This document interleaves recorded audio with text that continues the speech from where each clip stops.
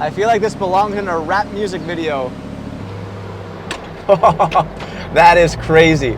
Today we're driving the KTM X-BOW GT-XR. This is the road legal version of the X-BOW GT2. It's got a bunch of crazy features, carbon fiber everywhere, a fighter jet style canopy, removable steering wheel, and a bunch of other features. Let's have a little look around.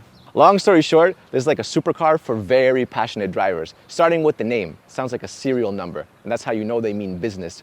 KTM X-BOW GT-XR doesn't exactly roll off the tongue the same way that Ferrari Enzo or Lamborghini Huracan does. And that might be because the company is Austrian, and Austrians tend to be a little bit more literal and less socially fluffy than the Italians. But in the end, what you get is a zero bullshit road legal race car.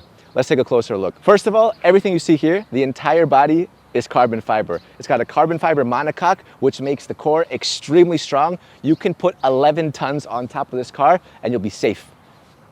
That's not normal, by the way. That's extremely uncommon. When you get in closer, I think what makes this car stand out the most, apart from all the little race features that we're going to talk about in just a second, is obviously the canopy. Just got to click this, and when you pull it, everything comes forward. This kind of reminds me of the McLaren Solus GT that we saw. The difference is that that's a multi-million-dollar car, and this is a $300,000 car by KTM. Some of you guys may be familiar with KTM. I've always known them as the motorcycle company. Then they started making kind of like supersized go-karts with the KTM X-BOW.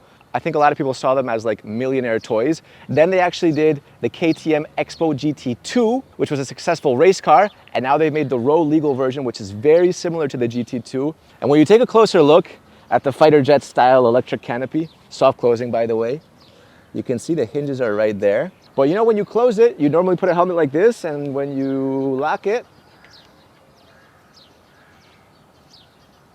and this should win Door of the Year if there was an award like that. So anyways, kind of going more into detail, you'll see all the little exposed carbon fiber everywhere.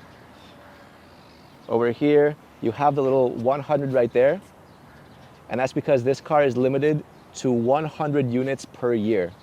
The car is made by a very small team of specialists and obviously made in Austria. Let's quickly go to the front. What you'll notice is that design is like pretty minimalistic. They kind of just went for, you know, making it aerodynamic and generating downforce. And the front, what you get is something not too complex. It's pretty flat. You have a gigantic carbon fiber front splitter. And I like the shape of the canopy. It wasn't just round at the front, you know? They've also made it like a bat kind of symbol. So if this was matte black, it looked like a Batmobile. And nice little detail, this license plate, RPM car. This thing has a max RPM of 7,000, which is wild. Looking at the side, this is a full-blown supercar. And the first KTMs that came out didn't really look like that. I mean, the first X-BOW looked like a really fun vehicle to kind of drive on the road. This actually is a supercar now, and it's crazy to think that KTM is now here. I mean, this is the real deal. What you'll notice at the back is this gigantic spoiler. You can actually change this for a few different pieces. You can get the piece from the GT2. This obviously generates a ton of downforce, makes the car stick to the ground at high speeds, more stability, more traction on turns so you can drive faster. And I actually really like the design of the back. I think they did a really good job. The vents at the back, which actually aren't even really vents. This kind of reminds me of the Maserati MC20. I think maybe it might be the white with the carbon fiber. Maybe in black it wouldn't look the same, but I do love the design detail. And above them, you have the rear view camera. You see that? Everything at the back is very angled and aggressive. You have the twin exhaust going down the middle with the Formula One style brake light right there. Reflectors down there, also very rectangular. What do you guys think of the shape? Because to be honest, this is a good looking car in my opinion. It's good. I mean, there's a lot of supercars that they get a little bit too crazy. This, I think actually looks really good. We'll hop inside in just a second, but something I want to show you guys is that steering wheel is actually on a holder. So you actually have to unclip this with two little latches at the back that go like this, you see? And then you actually pop that on there like that. There you go. There you go. That's how you attach your steering wheel. Pretty cool. But another little secret button right here. You see that? If I press this and pull that, what I can actually do is open this part up. All right, and you get two things.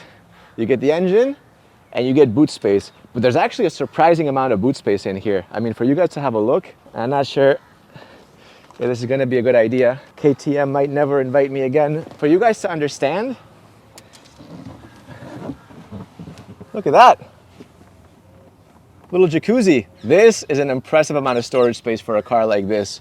I mean, this is supposed to be like a track car, something they kind of have fun in, but you can fit a whole me. So yeah, anyways, I think most people will be using that like to store their racing gear, or if they're kind of driving anywhere, because this car actually has a pretty crazy range. You can actually drive, if you drive more or less normally, about 1,000 kilometers in distance. Like, the car has a 96-liter tank. Over on the engine cover, it says KTM. What it actually is, it's a 2.5-liter, 5-cylinder Audi engine that KTM has cranked up to almost 500 horsepower. So it's been tweaked by KTM. But that, plus the fact that this car is extremely lightweight, it's about 1,250 kilos with all the fluids and juices inside. So the power and the weight combination makes it a lot of fun to drive. I'm gonna find out in just a second. Let's close this back up.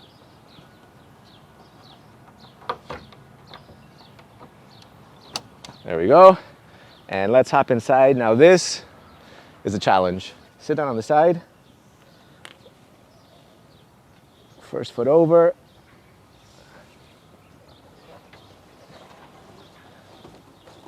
There we go. That wasn't that bad. Sitting inside for the first time. You have like a little Formula One style steering wheel with an LED display in the middle. Everything around me is carbon fiber, and the seats are like carbon fiber bucket seats with these little pillows, which can actually be removed. Very easy to change. You got a 4-point seat belt, which I'll pop in just a second. And what's interesting is in the middle, you have a very obvious Audi start-stop button. Driven a lot of Audis before. That definitely rings a bell. Also, down the middle, no touchscreen infotainment system. KTM says that that would add extra weight and complexity. They just kept it simple, raw for the driving experience. So no fancy schmancy touch controls. There you go. This, by the way, is my gear selector. Look at this. You see that? It's pretty cool.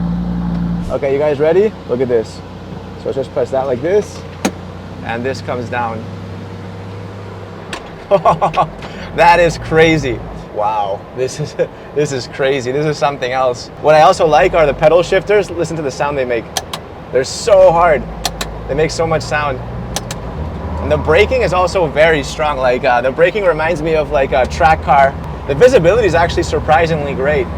You have windows on every side. It's like a 180-degree view.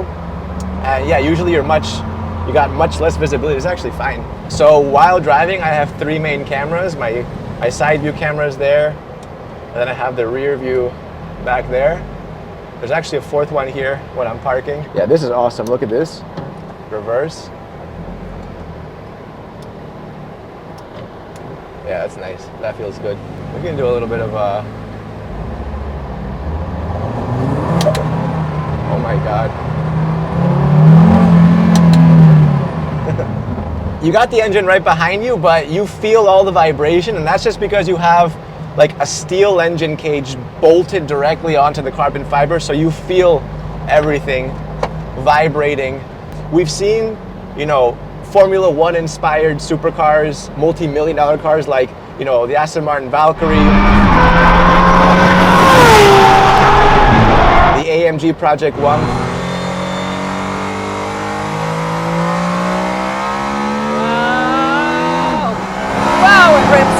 Holy. Those are all multi-million-dollar Formula One inspired cars.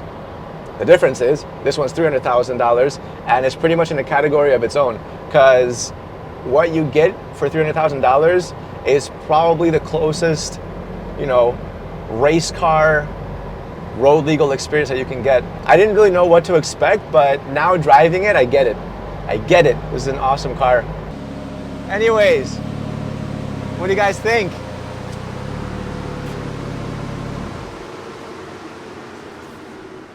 This car is nuts.